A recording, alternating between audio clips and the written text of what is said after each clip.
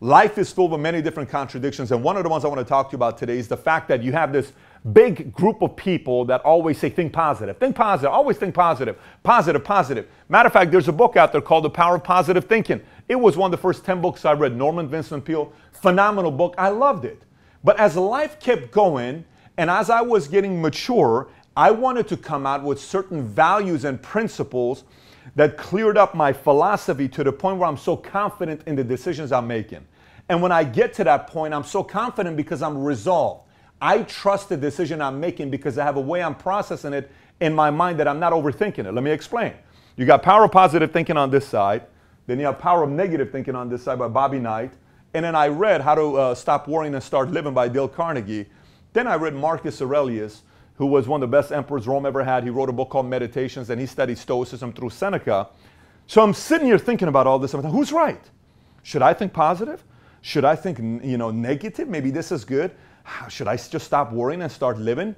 Should I be a stoic? What should I do? And so here's a system that came to me, and I want to help you. By the way, anybody I coach and mentor directly, anybody I speak, CEOs come to ask me advice for all the time. I tell them, I'm going to make a case to you. You don't have to believe it. You don't have to buy it, but these are your choices. Which one do you want? Make one of the choices for yourself and go about your business and your life. So let me get right into it. So first things first, if I just sit there and somebody says, just pray about it, just meditate on it. Yes, I'm a praying man. I started praying as an atheist at 19 years old when I was in the U.S. Army, 1997 September. At that time, I was 18 years old. A month later, I was going to be 19. I started praying. And believe me, it's worked for me, but not alone by itself. I'll sit around and say something's good going to happen. Someone's going to come and change my life for me. That's not how it works. So what do I mean by this? Let's just say if I am in a situation health-wise that I don't like my life. Let's just say I have a business right now that I don't like what I'm doing. I have to ask the question and anticipate what could possibly happen if I continue going the way I'm going right now. So step number one is anticipation. What is anticipation? If I do this, I'm going to go out of business in about 9 months from now. That's the reality. Step number two is acceptance. I accept this if I go out of business. Okay, cool. You accepted it. Then you don't have to change anything. Anticipation. If I continue like this with my relationship, this is what's going to happen a year and a half from now. Do you accept it? That's number two. I don't accept it. Then we need to come out and change your approach to see what could happen positively.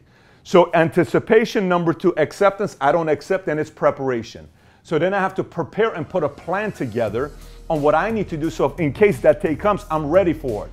So I'm looking a little bit positive that I'm going to do my part, but negative. What if this doesn't work out? Because this way is not going to work out. So anticipation, step number two. Acceptance, yes, great, keep doing it. No, no. Preparation next. Then implementation.